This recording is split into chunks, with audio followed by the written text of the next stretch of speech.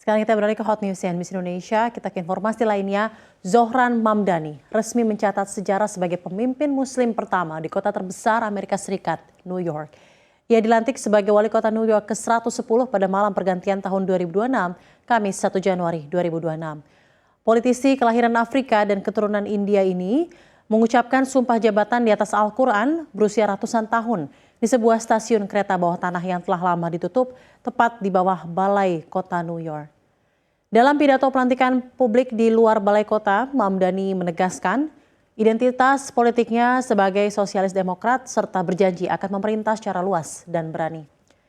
Di hadapan sekitar 4.000 warga, Mamdani menyatakan hari itu sebagai awal era baru bagi New York.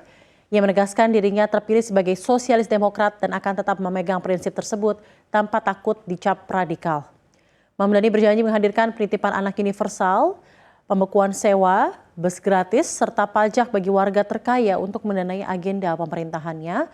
Ia juga menolak pengaruh kekayaan dan kekuasaan dalam pemerintahan kota serta menegaskan hanya akan bertanggung jawab kepada rakyat. Upacara pelantikan ini dihadiri sejumlah tokoh progresif termasuk Senator Bernie Sanders dan anggota Kongres Alexandria Ocasio-Cortez. Ribuan pendukung memadati Manhattan, banyak diantaranya mengenakan topi bertuliskan Zohran. Mamdani memimpin di tengah dorongan agenda sayap kanan Presiden Donald Trump. Para analis menilai ia berpotensi menghadapi tantangan pembatasan anggaran federal serta konflik kebijakan imigrasi di mana Mamdani berjanji melindungi komunitas imigran di New York.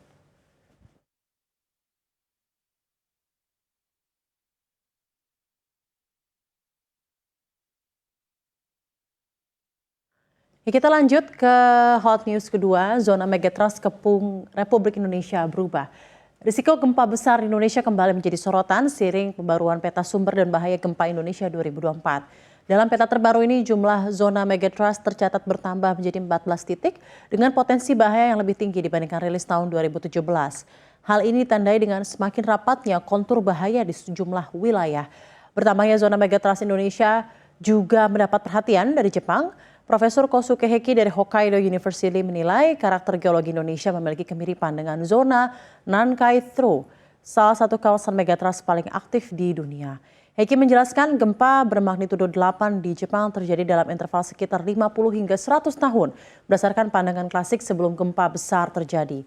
Meski waktu gempa sulit diprediksi, ia menekankan pentingnya pemantauan deformasi kerak bumi secara jangka panjang. Menurutnya pemantauan menggunakan Global Navigation Satellite System atau GNSS serta pengukuran geodesi dasar laut menjadi kunci untuk membaca akumulasi tegangan di zona subduksi. Ia menyebut adanya kopling antara seismik yang saling mengunci hampir di sepanjang sumbu Palung termasuk di bagian batas lempeng yang sangat dangkal. Eki juga menyoroti fenomena slow slip event atau pergeseran lambat yang kerap muncul sebelum gempa besar. Fenomena ini telah diamati berulang kali di Jepang dan dinilai berpotensi menjadi indikator awal gempa besar berikutnya. Dalam peta terbaru, megatrust Aceh Andaman tercatat memiliki potensi gempa terbesar dengan magnitudo maksimum mencapai 9,2, sementara megatrust Jawa berpotensi memicu gempa hingga magnitudo 9,1.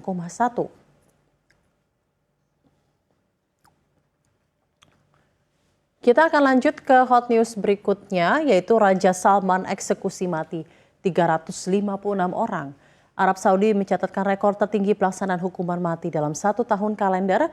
Otoritas kerajaan mengeksekusi 356 orang sepanjang 2025. Jumlah ini melampaui rekor tahun sebelumnya mencapai 338 eksekusi. Lonjakan angka eksekusi mati ini terutama didorong oleh kebijakan perang melawan narkoba yang digencarkan Riyadh. Data resmi pemerintah menunjukkan sebanyak 243 orang dieksekusi khusus untuk kasus yang berkaitan dengan narkotika. Arab Saudi diketahui kembali memperlakukan hukuman mati bagi pelanggaran narkoba pada akhir 2022. Kebijakan ini sebelumnya sempat ditangguhkan selama 3 tahun. Sejak melancarkan perang terhadap narkoba, Arab Saudi meningkatkan pos pemeriksaan polisi di jalan raya dan persimpangan perbatasan. Dalam operasi tersebut, jutaan pil narkotika berhasil disita dan puluhan penyelundup ditangkap. Data Perserikatan Bangsa-Bangsa menyebut perekonomian terbesar di dunia Arab ini juga menjadi salah satu pasar terbesar Captagon. Captagon merupakan stimulan terlarang yang menjadi ekspor terbesar Suriah di bawah kepemimpinan Bashar al-Assad yang telah terguling. Para aktivis hak asasi manusia menilai tren eksekusi mati ini bertentangan dengan agenda visi 2030 putra mahkota Muhammad bin Salman. Agenda tersebut bertujuan membangun citra Arab Saudi sebagai negara yang lebih terbuka dan modern. Saat ini Arab Saudi tengah berinvestasi besar di sektor pariwisata dan olahraga termasuk persiapan menjadi tuan rumah Piala Dunia 2034. Namun pemerintah menegaskan hukuman mati tetap diperlukan demi menjaga ketertiban umum.